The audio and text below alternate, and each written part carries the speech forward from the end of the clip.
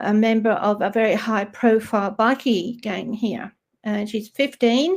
He was about 20, I think. And there was no way anybody would help to get her back.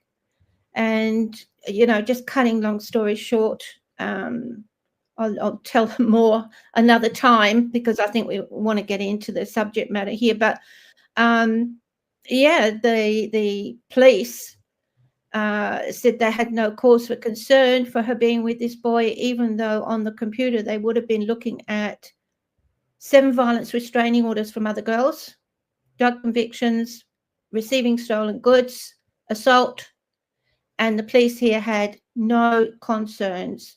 The department said she's 15, she can do what she likes. So things rolled on from there. They just rolled on into quite a saga, which, I'll share with you one day. But right now we're looking at Virginia and, what has happened to her, which is atrocious. So locally in Australia then, you messaged me that there's been some kind of media blackout on the funeral. Well, in a way, I guess just to recap a little bit, we know Virginia died on the 25th of April. And from that, her family spoke out and said that, she was able to fight back with Epstein. She was able to fight back with Maxwell, but she could not fight back against the domestic violence of her that came from her husband. And she was going to speak out. She had been really badly beaten up by him in January of this year. And that's when she decided that she wasn't going to stay silent anymore. She's going to speak out. However, the saga begins with the fact that even though that assault was reported to the police, they didn't charge him. They found that he had weapons that weren't properly secured, but they did not charge him with the assault. And he shoots out and he gets a violence restraining order on her before she could do so on him. So that's, that's what a lot of the confusion is, that, she's got this violence restraining order and she's breached it and da-da-da-da-da-da. But that was, something of a ploy from the sound, it would seem. So one of the things that occurred to me the other day is, in the research that I did,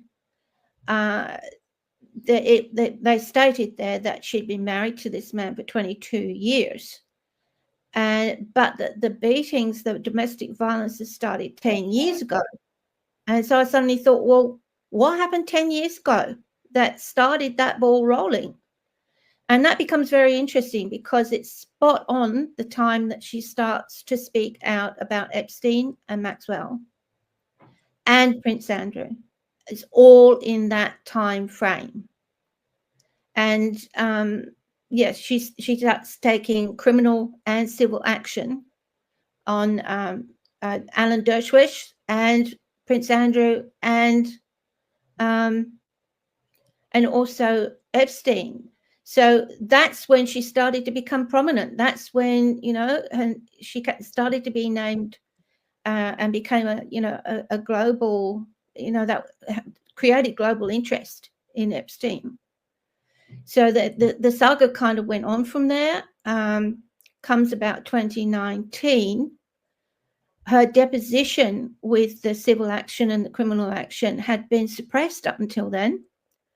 But then in 2019, a judge releases her deposition.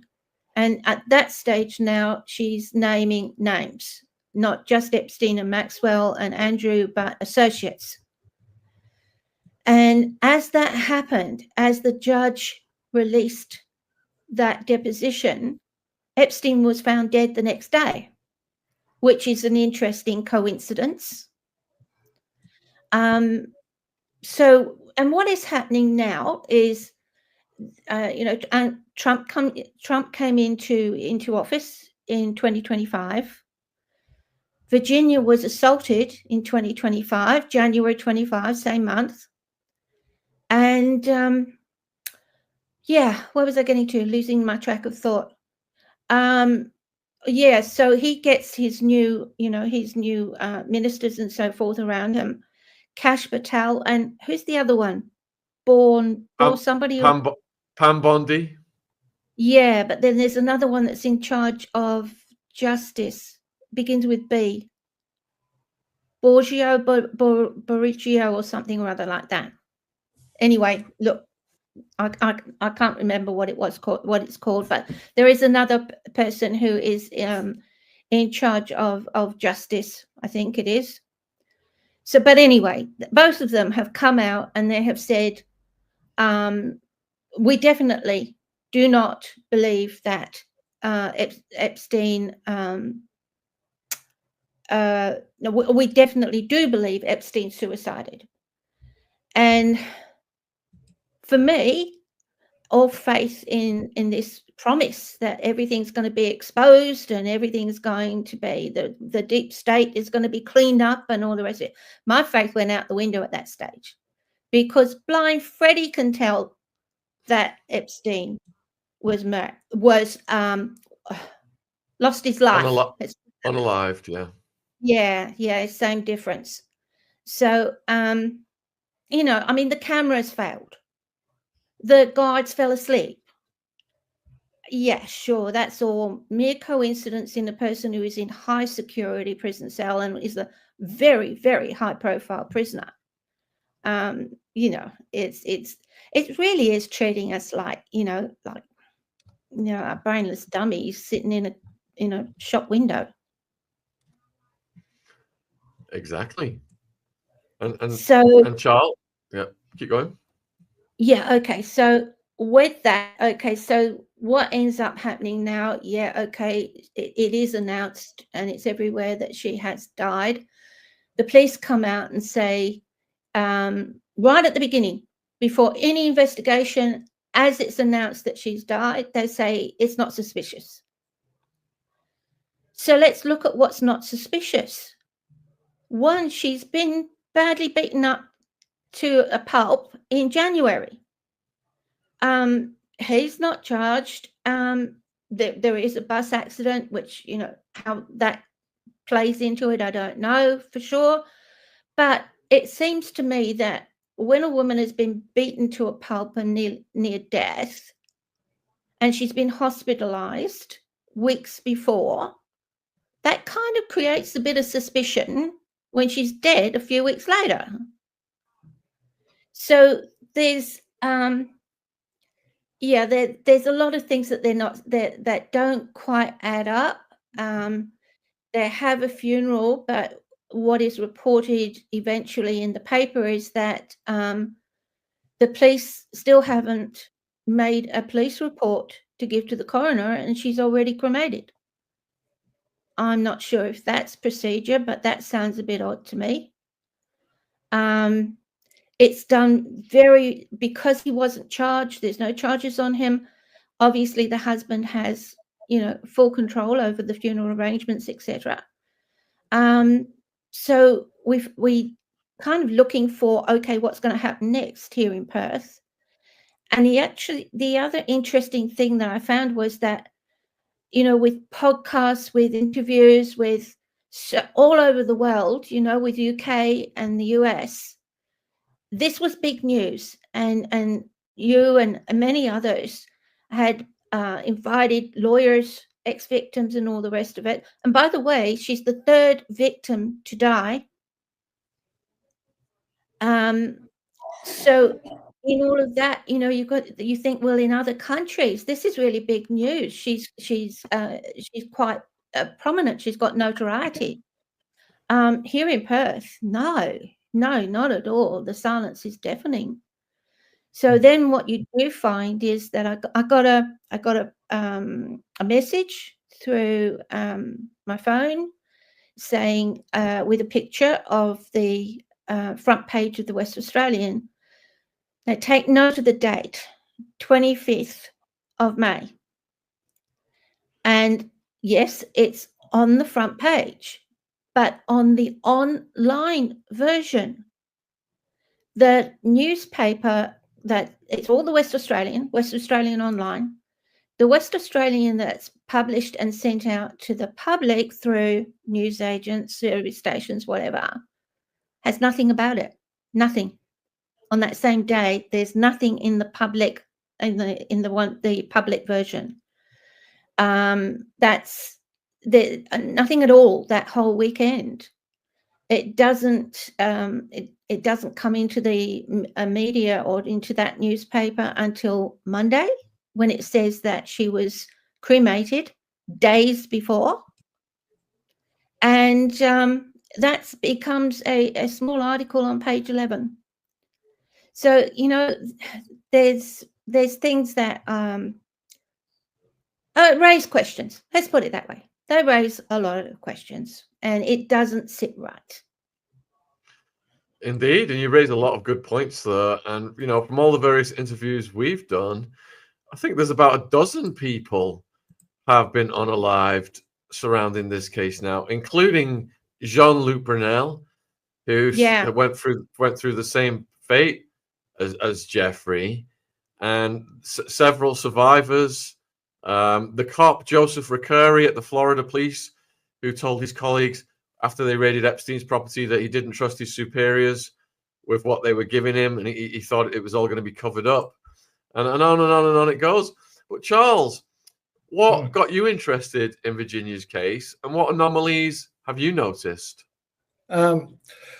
Shaun, just before we proceed, I just noticed someone posted a message before saying that her neck was broken in 3 places. That's a piece of information that I haven't come across yet. I was Giuffre. I think they were talking about Giuffre. Ah, okay. That was Giuffre, was it? Right. Oh, that makes more sense. That makes more sense. Yeah. So I was doing some research today, and the Daily Mail actually published that her husband was looking after her because she sustained a broken neck in a car accident months ago. The only car accident that I'm aware of is the one that happened in March, and with everything that was reported, it wasn't severe and not enough to injure anyone. But carrying on, what got me interested in it? Look, I've been following the case for quite a few years, and I've known that various people around me actually knew Virginia. So, of course, it raised quite a bit of interest. Now, when she actually passed away, on the day that I heard the news, I thought, yeah, that's so sad that she has suicided. But then everything started to unfold. And I think everything that I've learned over the years, I look at the templates, and the templates in this case seem to match other cover-ups. So what I normally say is that the authorities paint a narrative. It's the narrative that they want the public to believe. And I've seen this dozens of times in dozens of cases. And they take that narrative often right through to the courts, and to the point where people are often unjustly convicted. And I would say there's about 10% of the prison population in Australia at the moment that have sustained that. It's just the courts are just a process, and the police are a part of that process. It seems that if the word comes from very high up, then the police just create and follow that narrative. That happened here with a guy called Barry Cable. A girl kept a diary, and I think there were people in the police that really wanted to charge this man, but he was a celebrity footballer. So the word came down from on high, let him go even if he confesses. And she took civil action, and it was kind of like, I don't know how many years later, 20 years or, a lot of years later, she took civil action and he was charged and other victims came forward. But that the letting go, even if he confesses, and that became an issue or an investigation into the Royal Commission into Police Corruption. And the judge there says, "Oh, I don't see anything wrong, nothing to see here." So yeah, it's it becomes very difficult to actually get what you call justice, I suppose. There's certainly no justice in Australia. Mm. Now, I would like to point out too that this is not all police. I've actually met some terrific police. I've met some terrific child protection caseworkers as well. But there's certainly a rogue element out there. I think the other thing too that presents a problem here is that the newspaper has a monopoly. It's a total monopoly. The weekly newspaper, the Sunday paper are all owned. That there's no other paper, and it's all owned by Kerry Stokes, who also owns Channel 7 and heaps of other things. So it's there's no competition here. It's a monopoly. So you only get what's going to go into that newspaper. And I do know I do know that journalists are told to not publish certain stories. So one of the big questions coming in here then, Mary and Charles, is, if Virginia's now being cremated, there's no exhumation or anything possible. Is it case closed? Is there no investigations ongoing? There was no autopsy. There was no autopsy. The police, right from the word go, said no suspicious circumstances. Father asked for an investigation. So many people have come out, credible people, lawyers, etc., have come out and said they don't believe it. But, she was cremated so very quickly after she died that whatever, if there was any degree of investigation, it was very limited. So I think honestly the procedure is say nothing, keep it quiet, and let it be yesterday's news, and hopefully it'll go away. Yeah. And who do you think the vested interests are, Mary, that are controlling this narrative?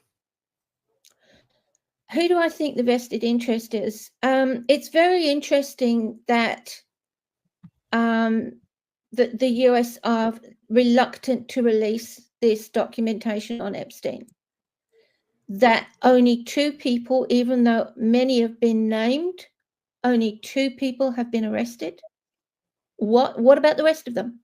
What about the rest of them?